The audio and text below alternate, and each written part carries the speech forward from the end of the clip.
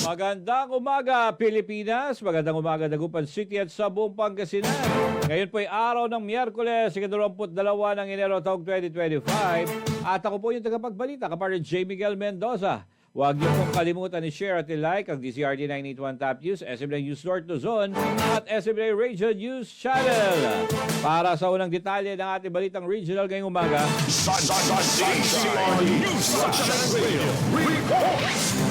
Department of Agrarian Reform, Regional Office 1, matatag na sinusuportahan ang pagdiriwang ng 2025 Philippine Tropical Fabrics Month. Ang detalye mula kay Kapar Ilet Moore Briguera. Kapar Ilet.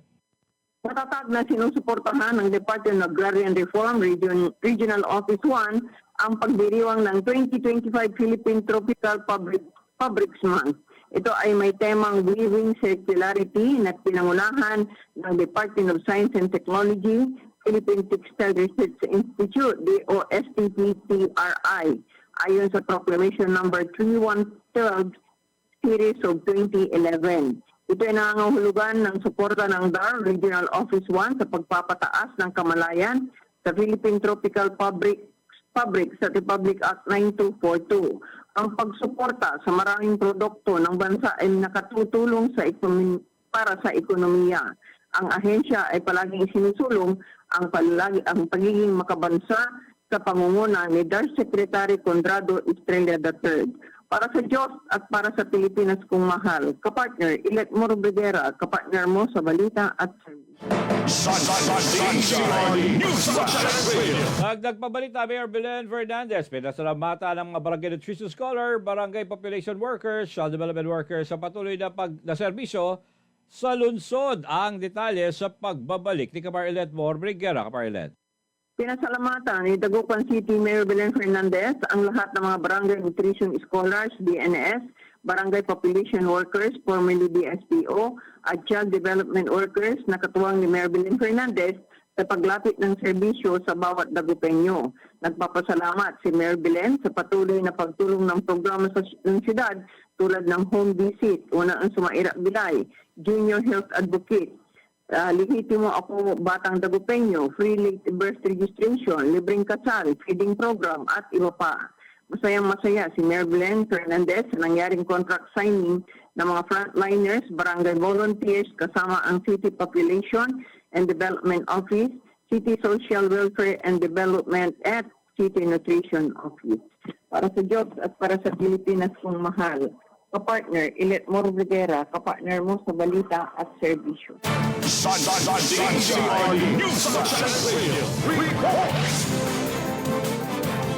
Samantala, Kermat Festival 2025 Street Dancing Competition aarangkada na ngayong araw. Ang detalye mula kay Kapar Lerna Hernandez. Kapar Lerna. Yes, kapartner, aarangkada na ngayong araw, alas 4 ng hapon na ang street dancing competition ng Kermat Festival 2025 ng Bayad ng Malasiki. Ito ay pagkatapos ng Grand Civic Parade ng munisipalidad. Ang technical rehearsals ay ginagawa nitong January 20 alas 7 ng gabi sa Magsaysay Street sa harapan ng Municipal Plaza sa harap ng Malasiki Public Market. Ang lahat ng mga kalsadang patungo sa ruta ng parada ay sarado sa trapiko sa tagal ng street dancing parade. Ang parada ay magsisimula ng alas 5 ng hapon. Ang Malasiki Central School ang magiging assembly at loading area. Pinaypayuhan ang mga motorista na dumaan sa alternatibong ruta papuntang upang maiwasan ang pagsisikip ng trapiko at pagkakaantala. Para sa Diyos at Pilipinas kong mahal, Lerner Hernandez, kapartner mo sa balita at serbisyo. Dagdag pambalita, Project Development Officer 3 at Project Development 2 inaanap ng DOH Ilocos Region ang detalye ng balita ngayon mula kay Marcila Baloga. Marcila. Naghahanap ngayon ang Department of Health Ilocos Region ng tauhan para sa posisyon ng Project Development Officer 3 at Project Development 2. Ang deadline ng pagsusumite ay sa Enero 31, 2025. Mangyaring tandaan na ang mga kwalipikadong aplikante lamang ang pipili na hindi tatanggap ng mga aplikasyon pagkatapos ng nasabing deadline. Ang mga kinakailangan natin sa pag-apply ng trabaho ay liham na aplikasyon na nagsasaad ng posisyong nag-a-apply para sa naka-address kay Dr. Paula Pasijonco, MD, MPH, MBA CISO 3 at Director 4 ng Ilocos Center for Health Development sa Barangay San Parian, San Fernando City, La Union. Kailangan din ng duly accomplished personal data sheet na may recent passport size picture at work experience sheet na maaaring i-download sa www.csc.gov.ph. Meron din dapat na photocopy ng performance rating sa huling rating period kung saan naangko. Photocopy ng certificate of eligibility, rating license, photocopy ng transcript of records, certificate na kaugnay na pagsasanay, seminar at certificate ng kaugnay na trabaho. Ang mga interesado at kwalipikadong aplikante ay maaaring magsumiti ng kanilang aplikasyon online sa pamamagitan ng email na ito, dohro1.rd@gmail.com or hrdu@ilocos.gov.doh.gov.ph. Para sa Diyos sa Pilipinas kung mahal, Sheila Balog, partner mo sa Balita Service.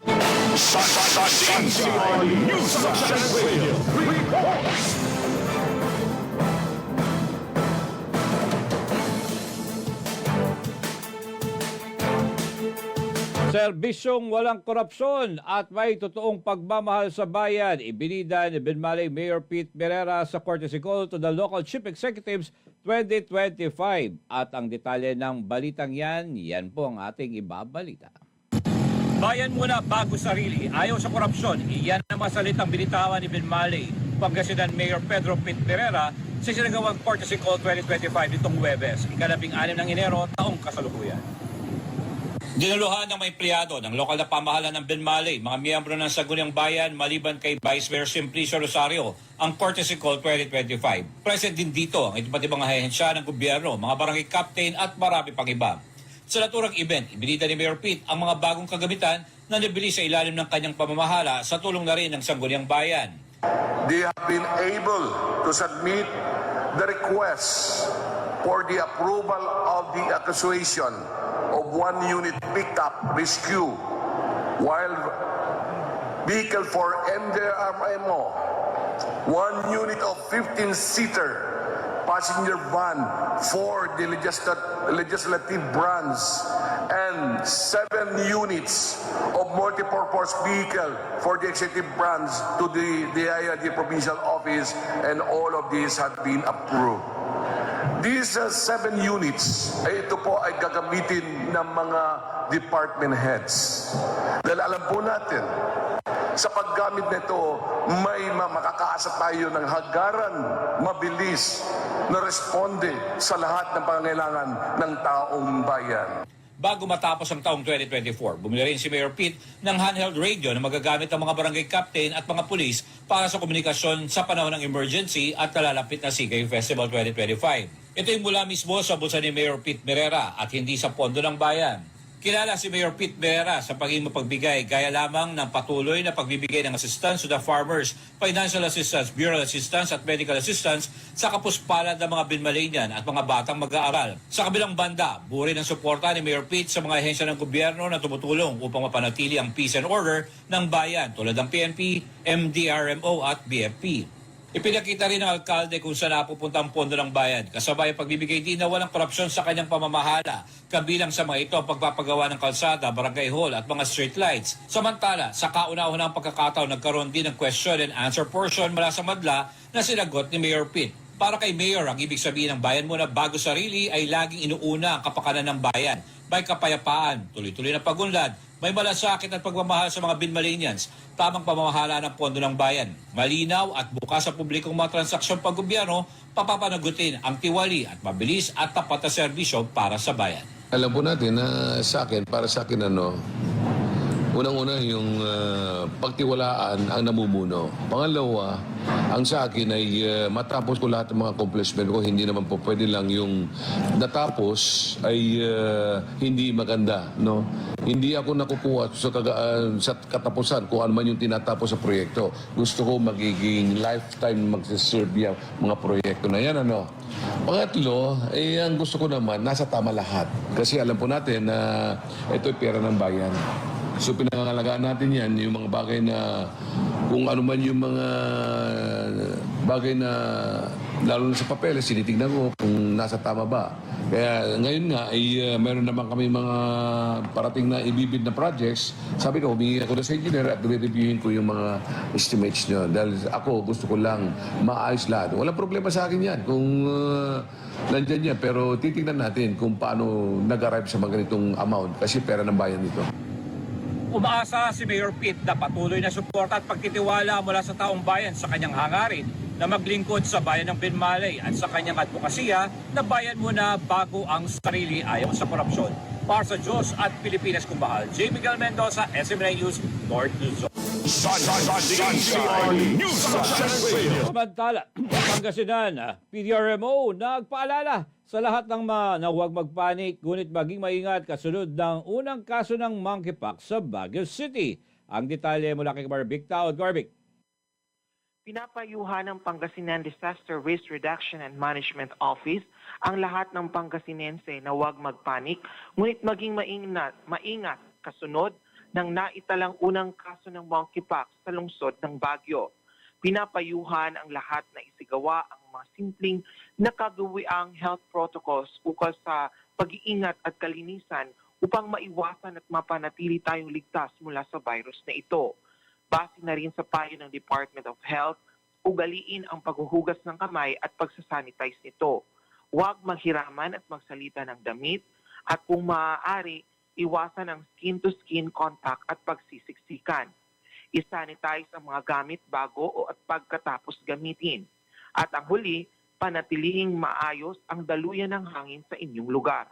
Para sa Diyos at sa Pilipinas kung mahal, Victahod ka partner mo sa balita at serbisyo.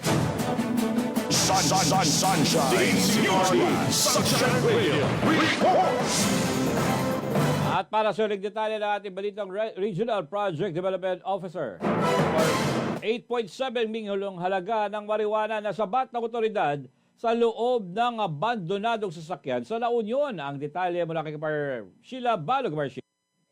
Nasabat ng ahente ng Philippine Drug Enforcement Agency o PDEA ang 73 kilogram ng marijuana, nagkakahalaga ng 8.7 million pesos sa loob ng isang abandonadong sasakyan sa lalawigan ng La Union.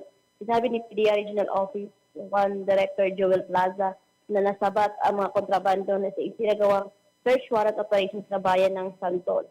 Nakumpiska ng ang 73 piraso ng pahabang rolyo ng dahon ng marijuana na kabalot sa transparent plastic bag at packaging tape at isang Mitsubishi Delica na sasakyan. Ang mga suspect na nag-abandon na sasakyan ay pawang mga residente sa barangay Sasaba, Santol, La Union din. Sa La Union din ang pariyong at large at ilang araw ang minamanmanan ng mga operatiba ng PDEA ang mga suspect. Ayon kay Plaza na nagsagawa ng interdiction operation upang mahuli ang may ito, ngunit itila nararamdaman na may ito na paparating na operasyon at tumakas. Maharap ang mga suspect sa kasong paglabag sa Republic Act 9165 o Comprehensive Dangerous Drugs Act of 2002. Para sa Diyos sa Pilipinas pumahal, Sheila Balog ka partner mo sa balita at service. Sunshine.